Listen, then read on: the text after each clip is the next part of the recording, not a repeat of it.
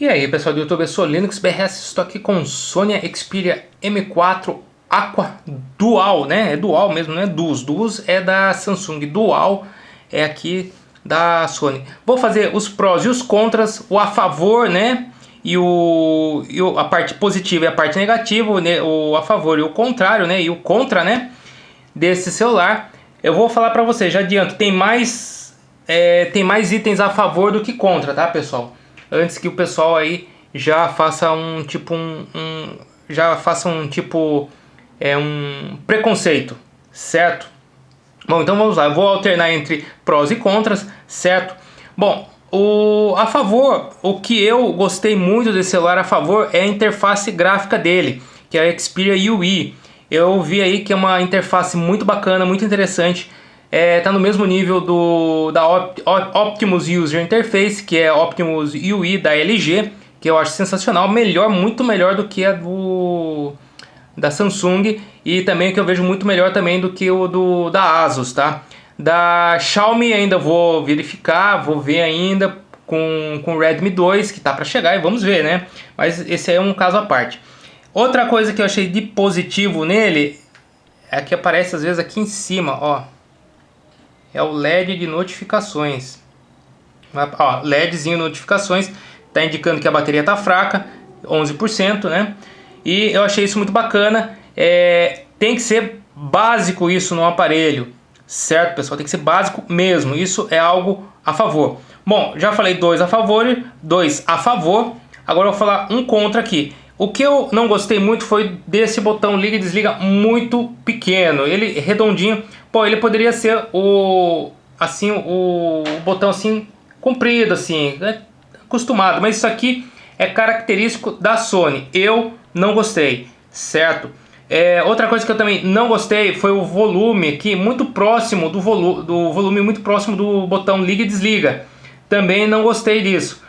Eu acharia, por uma questão de design, por uma questão de jeito, tudo bem, deixa o botão de um lado e o volume do outro, que você mexe aqui e aqui, ó, aqui é muito difícil você mexer com uma mão só, aqui o volume, ligar aqui. Então, é questão de costume? Pode ser, mas o legal seria do lado esquerdo o botão do volume aqui. O lado direito, tudo bem, deixa aí mesmo o liga e desliga, certo? A vantagem, o ponto positivo é que esse celular aqui ele já vem com o Android 5, o Lollipop, né?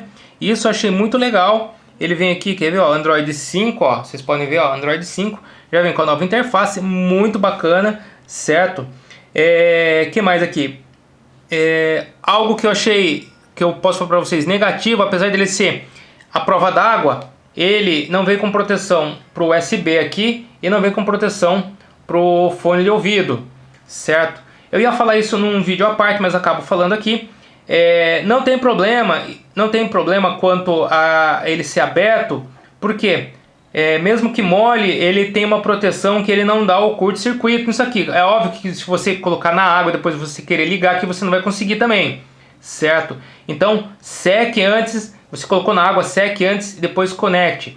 Mas existe também a certificação IP68 para esse aparelho, que diz o que? Ele é resistente à água.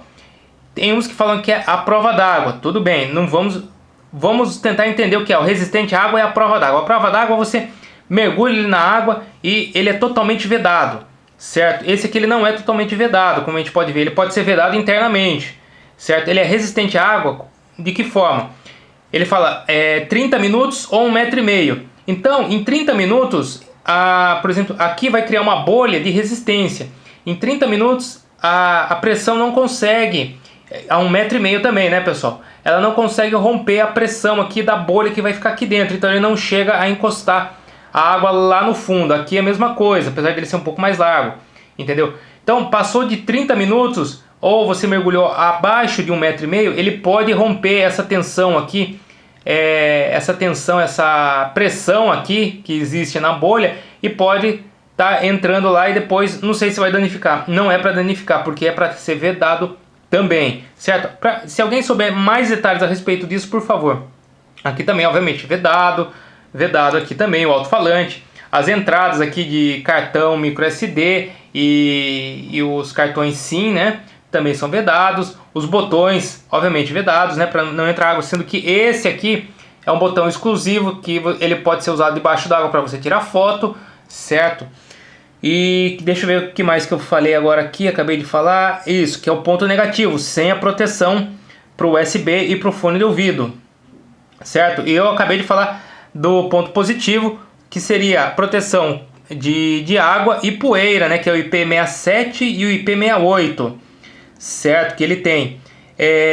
Um ponto positivo também que eu vi é que a câmera, vocês podem ver, ó, ela segue a altura do aparelho, ela não é saltada. Isso para mim é um ponto extremamente positivo, porque tem certos aparelhos que ele é saltado e acaba enroscando na roupa e acaba ocasionando um desconforto. E a Sony, ela pensou exclusivamente nisso, para não deixar nenhuma borda aqui para prejudicar a pessoa no seu uso diário do aparelho, certo? Então isso para mim é um ponto positivo, certo? Um ponto que eu vejo como negativo são os fones de ouvidos que vieram para esse aparelho, que são fones de ouvidos convencionais, não é aquele intra-auricular. Pô, poderia vir um fone de ouvido melhorzinho, né, Sony? Mas ela colocou um convencional, né? Que mais?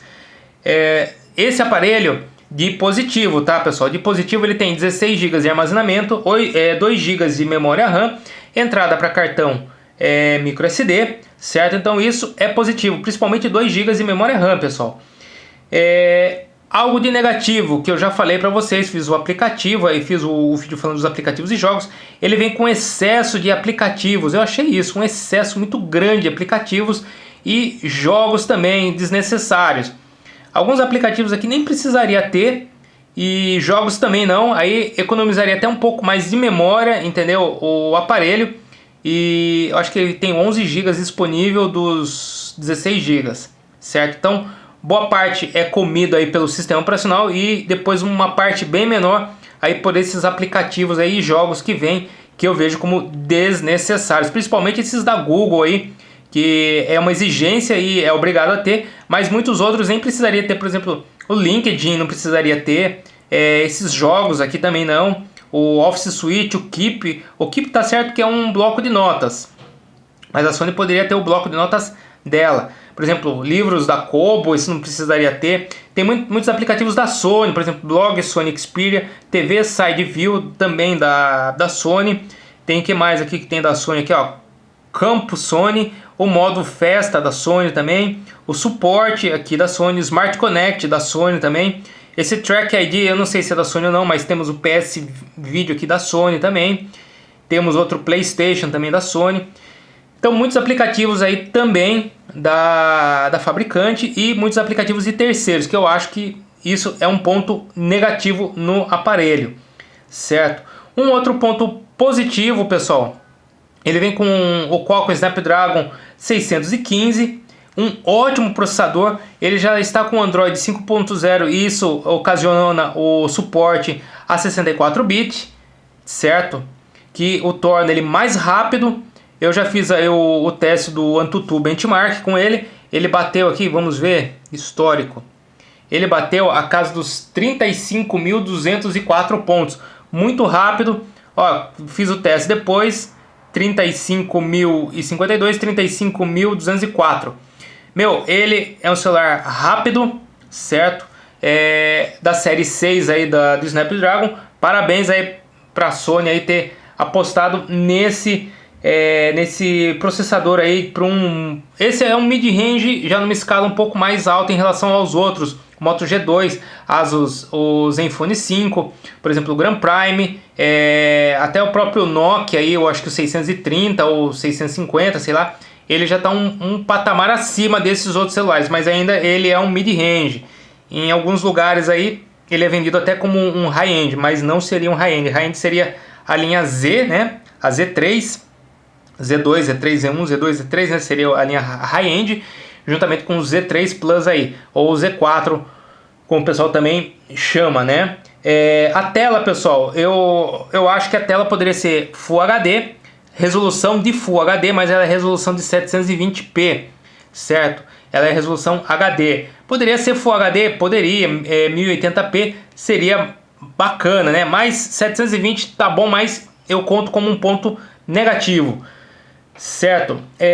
Outro ponto positivo, pessoal, é que parte do sistema operacional ele tá rodando, ele tá com a interface do Android puro. Por exemplo, uma delas é essa aqui, muito característico do Android puro. Vocês podem ver em outros dispositivos, Motorola, Nexus, né? Que é nesse formato aqui. Ela decidiu não mexer nessa parte da interface.